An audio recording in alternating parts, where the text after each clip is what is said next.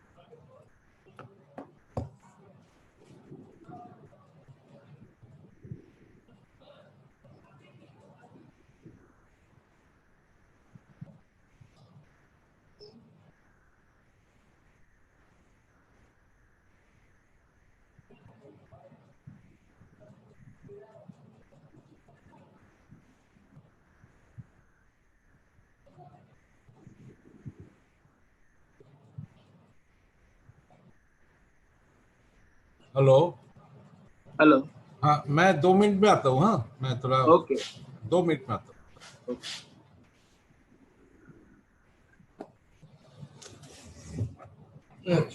Laptop से थोड़ा बोल रहे थे। हाँ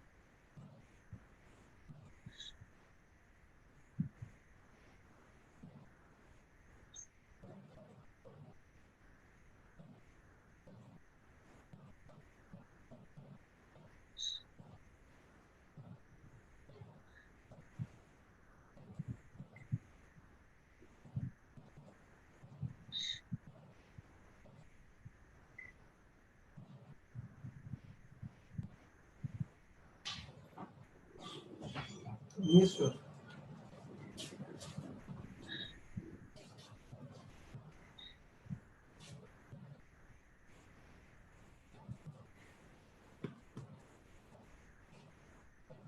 বসে যাও।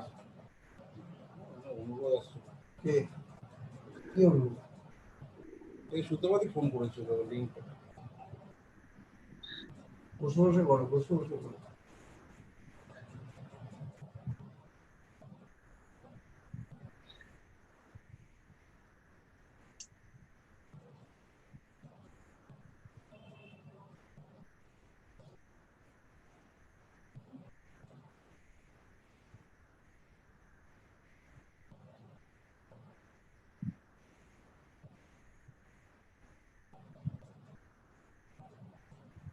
ওখানে লাগাও। আরে দেরি আছে 11টা, এখন 10 মিনিট দেরি আছে। 52।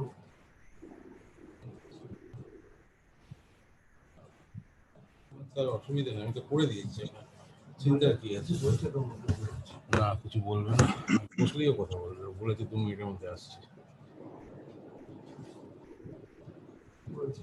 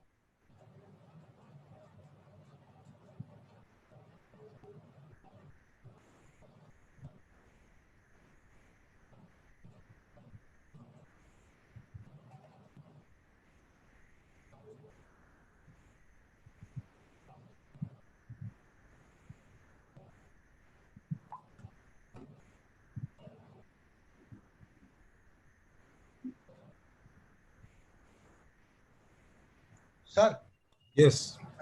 Abhijit sir, हाँ within a 2 minute you can start your introduction, and sir, you can stop that sharing. Okay.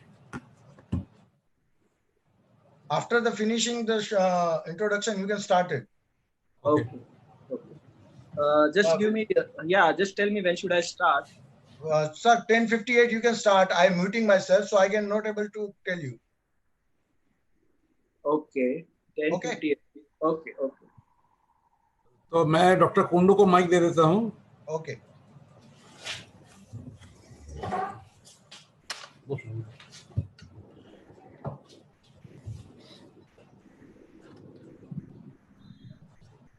Okay, sir, I am now putting myself mute, so I am not able to answer any questions. Okay.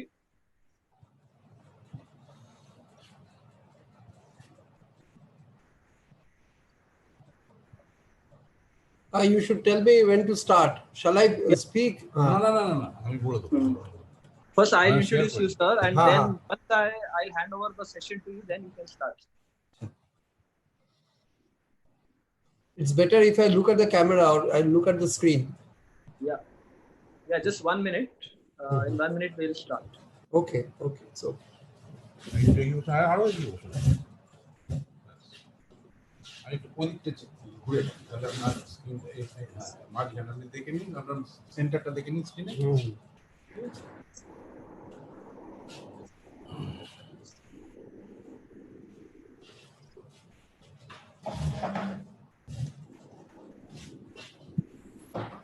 আচ্ছা, এখানে আপনি থাকবেন, এখানে কাউকে ঢুকতে দেবেন না।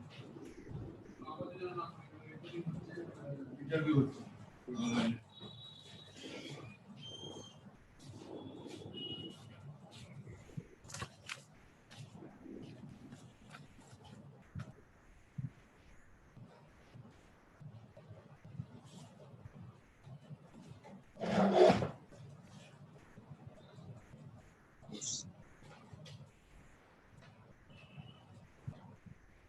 Good morning, delegates. A warm welcome to all from Alembic to this PDA Expert Opinion. It gives me immense pleasure to introduce our eminent speaker today, Dr. Hitabrata Kundu. He is Professor of Pediatric Medicine at the Institute of Child Health, Kolkata. He has been the past chairperson, IAP Infectious Disease Chapter. He was the organizing chairperson of Golden Jubilee Pedicon 2013. He was also the national convener of All About Fever.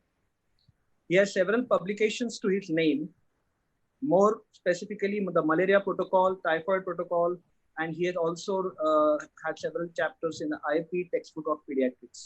He is chief academic editor at many national and international publications. He has been honored with several awards, specifically the IAP East Zone Shishu Vishagna Shiromani Award. And he has also delivered orations on several occasions. Dr. A. Parthasarathy Oration, IAP Chapter Mahabaleshwar 2015, Dr. Tapan Ghosh Memorial Oration, IAP ID Chapter Bangalore 2018. Today, Dr. Kundu is going to speak on the topic multifaceted enemies, varied presentations of infectious disease. I hope everybody is very excited to hear from him. Now I hand over the session to Dr. Kundu. Thank you. Good morning, everyone. I think you can all hear me. Good morning, everyone. Welcome you to this excellent thing done by Alembic, this online sessions. So I'll be talking on multifaceted, multifaceted enemies. By multifaceted enemies, I mean that there are certain infections which has varied types of presentation. I'll give those things, and also I'll show same presentation caused by varied type of infection. So these are the main two. So before going to the subject proper, I'll give a very short introduction about the skin rashes which we come across and how to approach. Then I'll go to the subject proper. So these are the basic lesions of which you should all know to appreciate any skin lesion. This is a macule, is a change of color in the skin which is not raised to the surface. A papule is a raised skin lesion less than 5 millimeter in diameter. And if it is more than 5 millimeter in diameter, we call it plaque. And if it is rounded, we call it nodule. And urticaria is a papule or plaque which has a pale center and it increases in size in circular way. A bleeding into the skin is called purpura. If it is less than 3 millimeter, we call it petechiae. If it is more than 3 millimeter in size, we call it ecchymosis. Similarly, skin lesions less than 5 millimeter in diameter, which is filled with clear fluid, we call it vesicles. If it is pus, then we call it pustules. And any lesion above 5 millimeter filled with fluid, we call it a bulla. And an eschar you can see, it's a necrotic lesion, black in color. You will see in the medial canthus. So these are the few basic lesions which you should understand first. So whenever you come across a skin lesion, first you should see what is the type of the lesion. How the lesion changes both in time and at the different shapes, spatial and morphology. Next, you should see whether your mucous membrane is also involved or not. An involvement of the mucous membrane is called enanthem, whereas involvement of the skin, we call it exanthem. And also you should see what are the other systems involved. And on the top of it, you should also consider what are the prodromal symptoms. Mostly the skin lesions along with fever are trivial viral infection, which is going to settle in time. But if you find these things, if the child is toxic, a child who has an unstable vitals, the child who has signs of meningitis, or if there is petechiae and purpura, these are the red flags. You should investigate properly and it's a medical emergency. So with this, I come to my subject proper, the many faces of the enemy. So I come to my first case, a 10-year-old boy otherwise healthy child has fever along with slight pruritic vesicular rashes involving the trunk, limbs, including palms and soles, and also the oral cavity. So what is your diagnosis? I think most of you are able to diagnose the condition. This is definitely is a varicella caused by varicella zoster infection. Normally in a child, what happens is first initially the child has a prodrome of malaise, fever, body ache, headache, and thereafter maculopapular rash usually starts from the behind the ears or along the hairline, and thereafter the rash spreaded to involve the trunk and the proximal extremities. Initially the lesions are maculopapular, then it becomes vesical, then umbilicated, and then pustular, and ultimately it's a crust formation. And the lesions are developed in crops. So you have multiple morphological from pustules, crusts, maculopapules you have in the same child. Quite a good number of cases. In case of varicella, the palms and soles are involved, and also you can see the involvement of the oral cavity with shallow ulcers. Fortunately, in case of varicella, eyes are not that much involved. So the diagnosis is varicella. So do you need to treat a child who is otherwise immunocompetent child with varicella? And subsequent, another important question, if you want to treat it, whether you should give oral or IV medicine. And a question has been always raised, if you treat varicella, whether it interferes with development of the subsequent immunity. So coming to the first question, do you need to treat? According to the American Academy of Pediatrics, children from 1 year to 12 years does not need treatment because mostly these infections are trivial if the child is immunocompetent, of course, and it is going to settle in time. And also you should remember that if you start treatment with acyclovir within first 24 hours, then considerable reduction in the disease burden occurs. But if you start late, then the action of the drug is not that much. And if you start after 3-4 days, practically there's no benefit. But next question comes, when should you treat? If a child is less than 1 year, if a child is more than 12 years, because they are the cases where they develop moderately severe varicella. A child who is immunocompromised, a child who has chronic pulmonary or cardiac disease, a child who is on intermittent steroids, including aerosols, corticosteroid aerosols should be treated. And usually we treat with oral acyclovir given for 5 days. So what are the indications of giving IV acyclovir?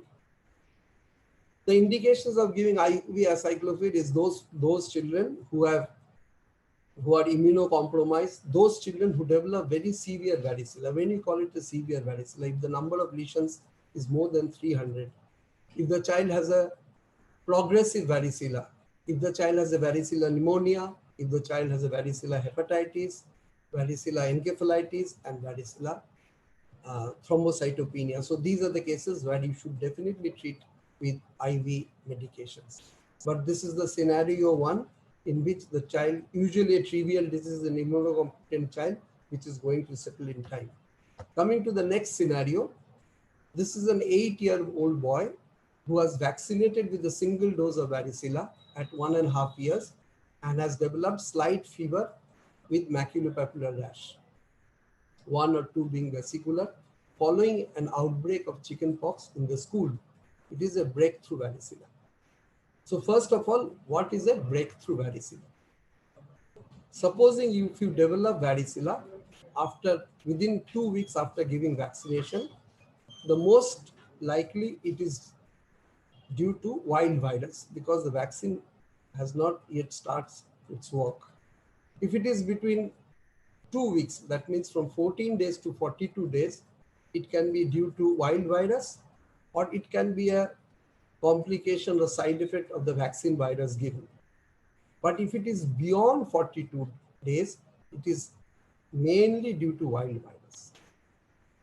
It has been seen if you give 1 dose of varicella vaccine, in 98 to 99% of the cases, it is going to give protection against moderately severe varicella, but it will give protection against mild varicella only in 75 to 80% cases.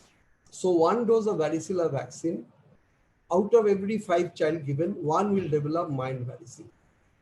And how does this varicella differs from the natural varicella in an unvaccinated child? In case of breakthrough varicella, the lesions will be mainly maculopapular. You will have very few vesicular lesions. Number 2, the prodromal symptoms will be very mild. Fever will be much less. The number of lesions is quite small, less than 50, whereas in a normal child who has not received the vaccine, it is usually more than 300. And the disease is going to settle quite early. Now the next important question arises, it is a trivial symptom, can the child go to school? Even in case of breakthrough varicella, if the number of lesions is more than 300, that means only 25% of the breakthrough varicella will have a moderately severe varicella. Those children are equally contagious like other children who has not received the vaccine. But if the number of lesions are less than 50, the chances of infection is less, but they are still contagious. And so it is always prudent not to allow a child who has developed a very trivial varicella to go to school, because he is a risk for other children attending the school. So this is the feature 2.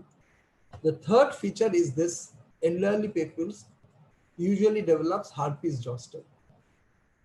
Herpes zoster is uncommon in child. So how does it look? It is shown here how the herpes zoster looks. It is also a vesicular lesion, usually involving 1 or 2 adjacent dermatomes. Usually in an otherwise immunocompetent child, it does not process the midline. Initially, to start with, the child has tingling sensation, little bit of burning, itching, and low-grade fever. Thereafter, the vesicular eruptions develops. And after a few days, it is going to settle by itself, even if you don't treat. Unlike in adults, in which case varicella zoster, once it heals, it gives rise to post-herpetic neuralgia. It is an extremely painful condition. But in case of children, this post-herpetic neuralgia usually doesn't develop, and they are going to settle in time. This is the basic difference of herpes zoster in children and adults. And now the next question, who are the children who develop herpes zoster?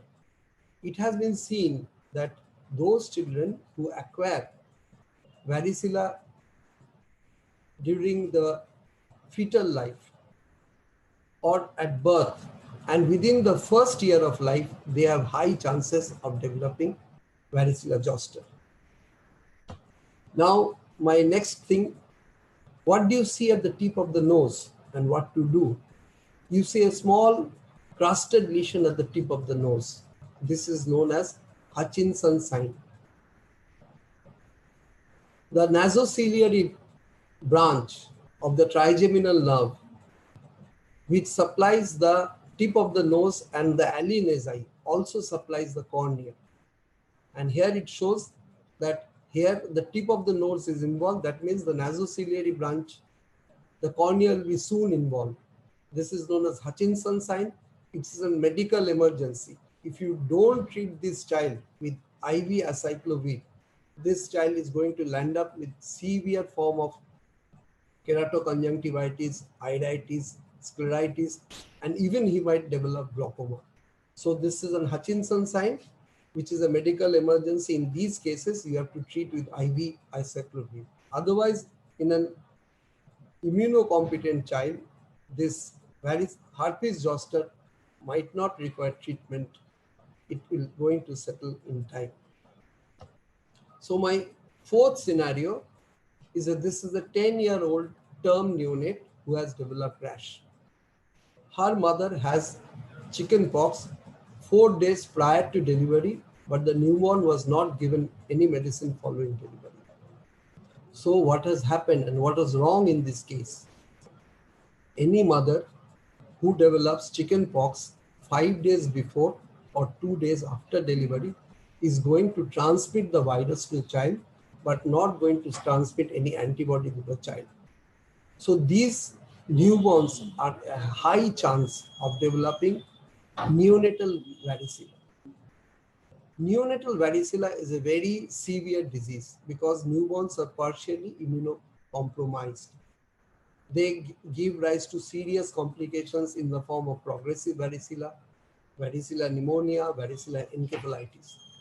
So all babies born 5 days, born to mother who has developed chicken pox within a span of 5 days before delivery and 2 days after delivery should be given varicella zoster immunoglobulin.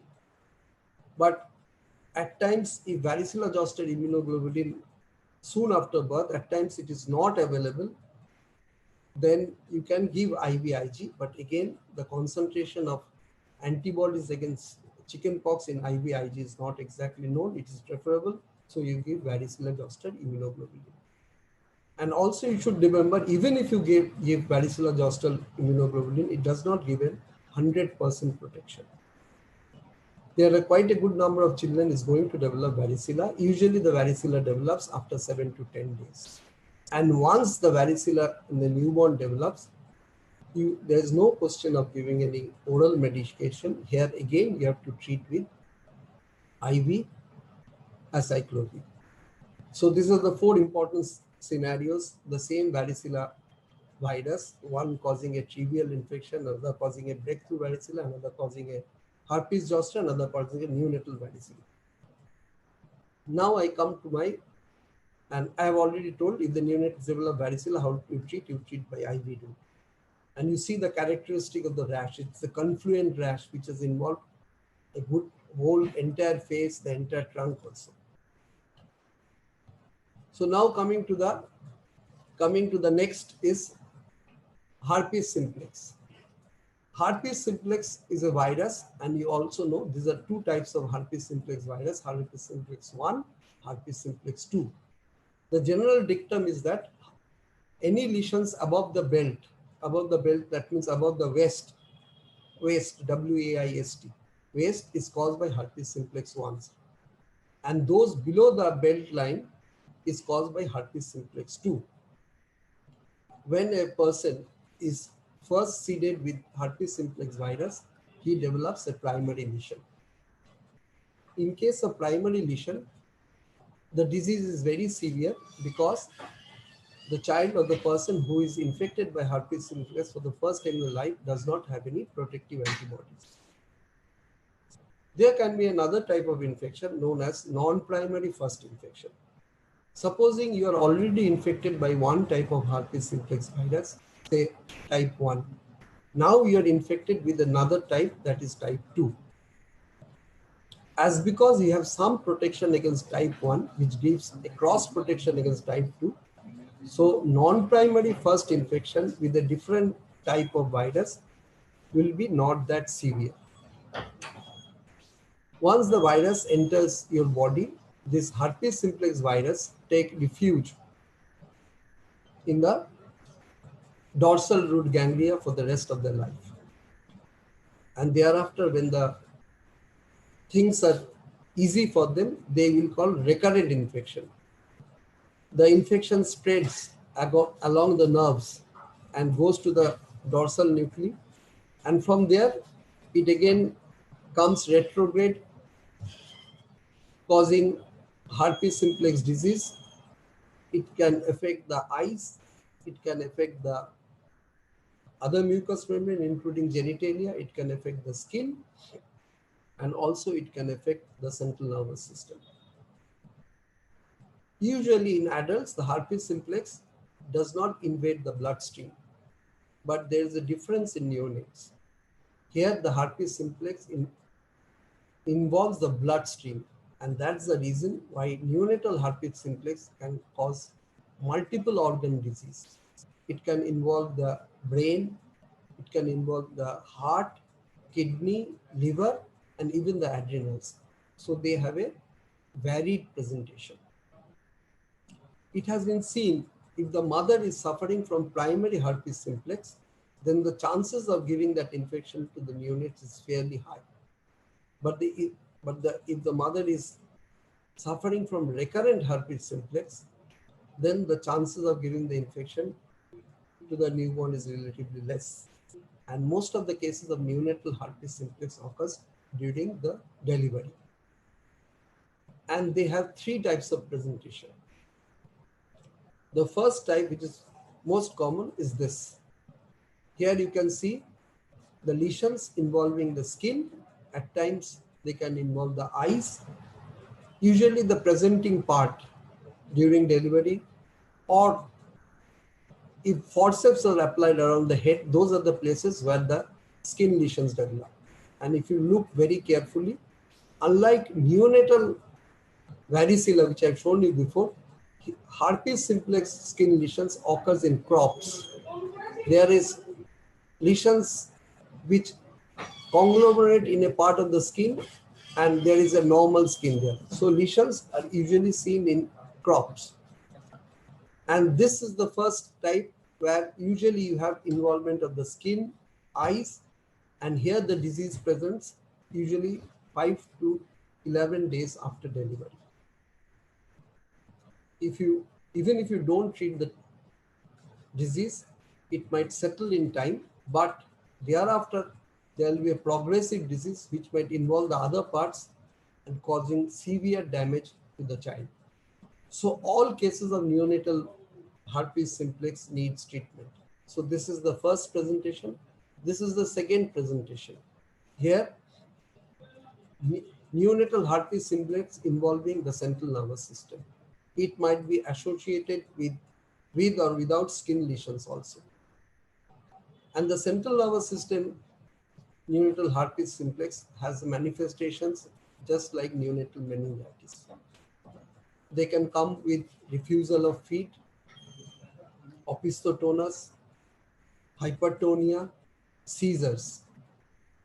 And they usually present little late, about 18 to 15 days after delivery. This is the second presentation. The third presentation is also little early, 5 to 11 days. And here it is a disseminated neonatal herpes simplex. Here multiple organs has been involved. And here the presentation is just like a septicemia. The child can come with hyperthermia or hypothermia, inability to suck. The child can have apneic attacks, tachypnea, tachycardia, and it can involve almost every system.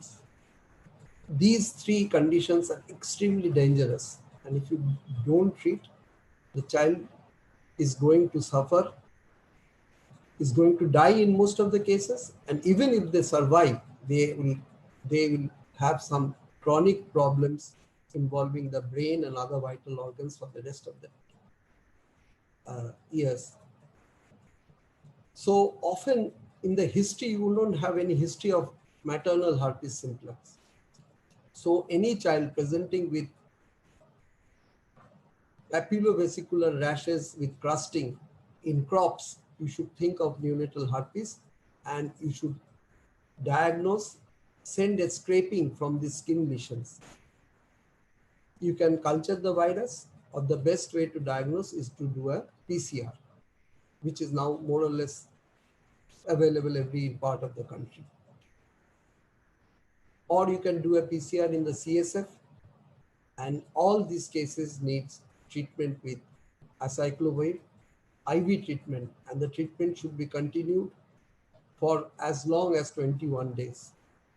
Once you complete the treatment, then you have to put the child on suppressive prophylactic therapy with oral acyclovir for as long as 6 months.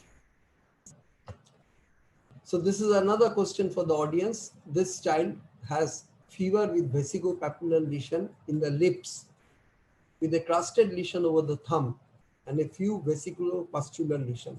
So here you see a crusted lesion over the thumb, and these are the vesiculopapular lesion. So what is your diagnosis?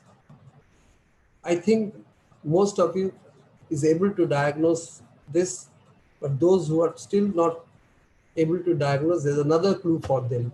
The same child has such lesion in the lip and in the thumb. So our diagnosis is this is herpes labialis and with Whitlow. And we have treated the child with acyclovir and see the improvement. So this is another presentation of herpes infection. So this is herpetic Whitlow. If you get a herpetic Whitlow in a child, especially you get in toddlers, thumb-sucking toddlers, they acquire the infection. They usually have oral herpes from where they transmit the infection to their thumb. And this is usually caused by herpes simplex type 1 virus. But if you see herpes simplex in an elderly adolescent or adult, usually seen in the fingers, they are usually due to herpes simplex type 2. Here the infection has occurred from the genital tract of the opposite sex. So it is a sexually transmitted disease and it is caused by herpes simplex 2. We have been taught in our student days that whenever you see any pus-like lesions, drain the pus. This is one of the cases. You should never drain these lesions. If you drain this lesion, clear fluid-like things comes out and it will delay the healing for a long time. So the scenario 2 was a herpetic Whitlow. Coming to the scenario 3, these are the other few lesions which are seen in the oral cavity and the mucous membrane. So this is herpetic cold sore. Usually the cold sore starts usually at the vermilion border of the lips, where they have initially a small vesicular lesion which very quickly denudes, thereby forming crusts.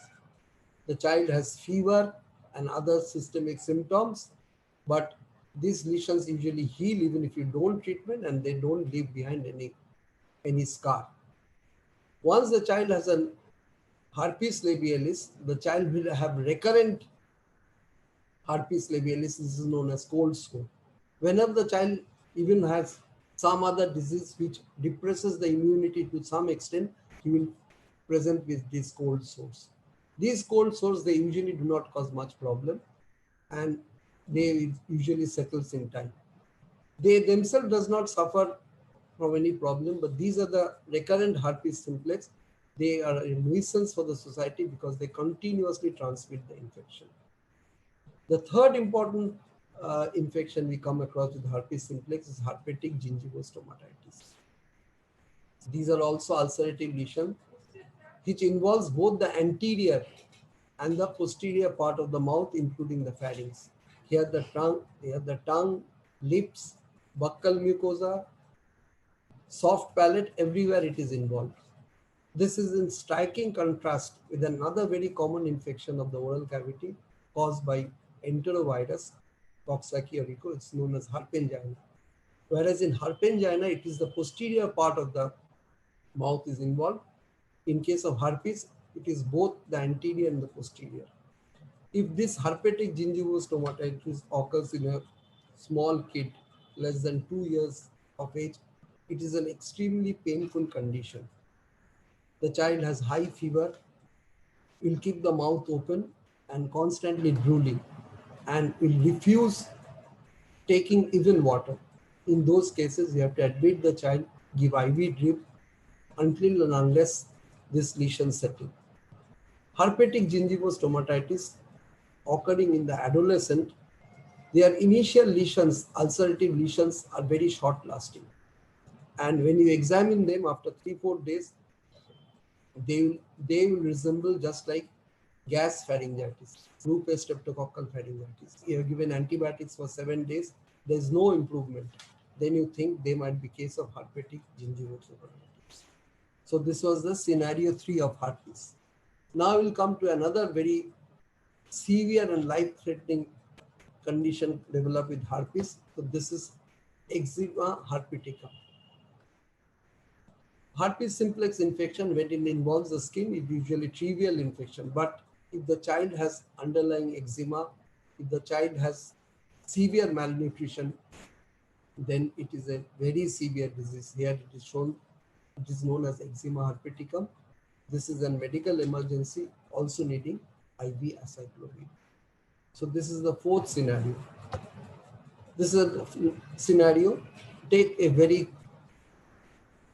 observant look at this child. It has involved the palms and soles, involved the lips, the eyes are also involved. So I'll give you the history. This is another febrile child referred to our hospital with vesicles followed by crusted lesions in the lips, cheek, tongue, palms and soles. This sick febrile child has come with convulsion, neck rigidity, and diagnosis was confirmed by CSF infection. So what is this? So if you look at it very carefully, what you see, it has involved the mucocutaneous junction with crusted lesion and also involves the conjunctiva. And if you see the lesions, their lesions are at one place, conglomerated at one place. So this is highly suggestive of herpes virus. And this herpes virus not only has caused skin and eye lesions, it has also caused herpes virus encephalitis. The confirmation of the diagnosis is by doing a CSF, and if you do a send this CSF PCR, herpes simplex is confirmed. So this is a herpes simplex encephalitis. So again, you see lesions in crop, and we treated the child with IV acyclovir for 21 days, and this is the child who has improved. Now he has improved, fit for discharge. So this is the fifth presentation of herpes simplex. So coming to our next presentation, this is a 6-year-old child with fever and throat pain followed by papular erythematous rash, which feels rough. So what is your diagnosis? So first let's take a look at the tongue.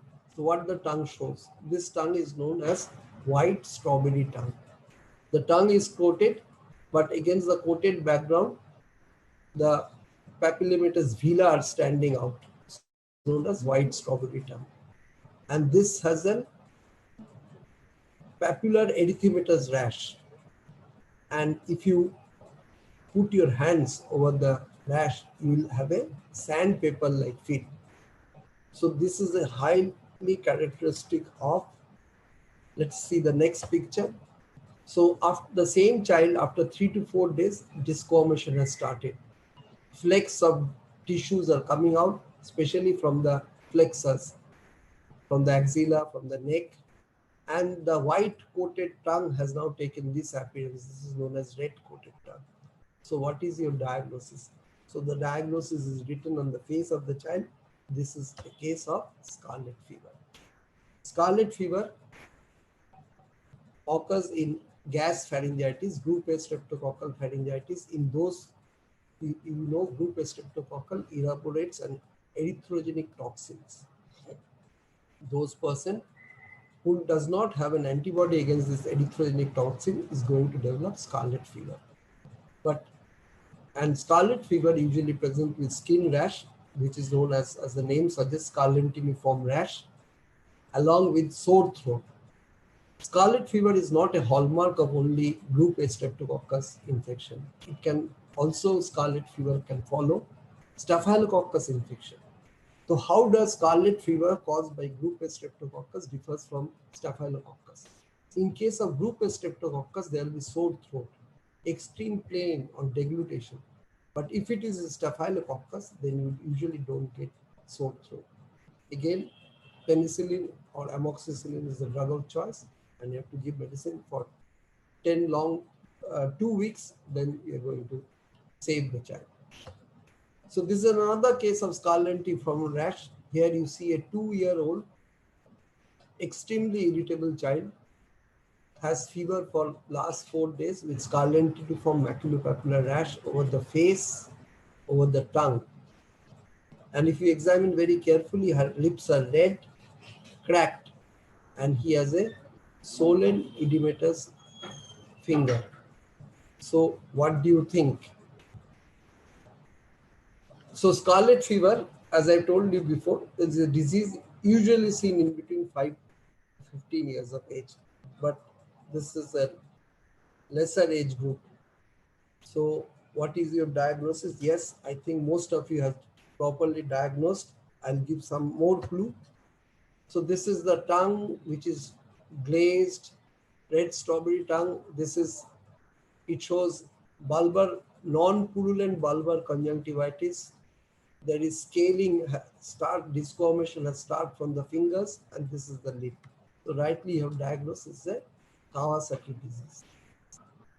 And the Kawasaki disease comes in the differential diagnosis of scarlet uniform rash. So whenever you get a scarlet uniform rash, if the child is less than 5 years, always think of Kawasaki disease. So there are various presentation of Kawasaki disease. This what I've shown you, this is the classical presentation. But there are atypical and incomplete Kawasaki disease when you don't see all the 5 features of a classical Kawasaki disease.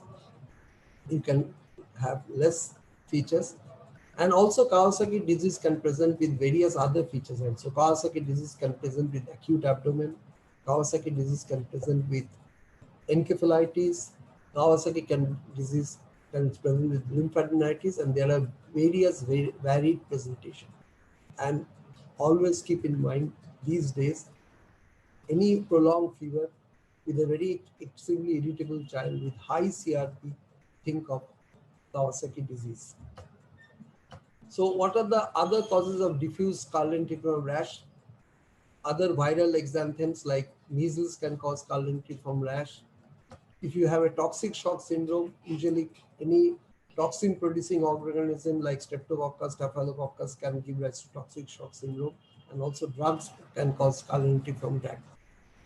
How do you distinguish drug rash? In drug rash, usually you don't have enanthems. The drug rash are extremely itchy. If you do a blood count, you see high eosinophil. So, and lastly, before I end my talk, nothing is complete if you don't say about rashes in dengue. I'll show you some few pictures which I have. All of you know the dengue has 3 stages. The first stage is the acute stage, then comes the critical stage, and then comes the convalescent stage. In acute stage, the child has a measly appearance. The face is flushed, and in the beginning of the acute stages, at times you can find some petechiae rash, and that is the basis of the tourniquet test which we do early in the disease process. And as the acute phase goes for another 3-4 days, there can be maculopapular rash involving the trunks and extremities. So this is in the febrile phase. In the next phase, critical phase, those who are going to develop hemorrhagic dengue, they will show purpuric rashes and they will show bleeding in the conjunctiva. And lastly, in the convalescent phases, again a rash develops, which is extremely itchy, red in color, and they are known as isles of white in the sea of red. So with this, I end my show and thank you for your patient listening.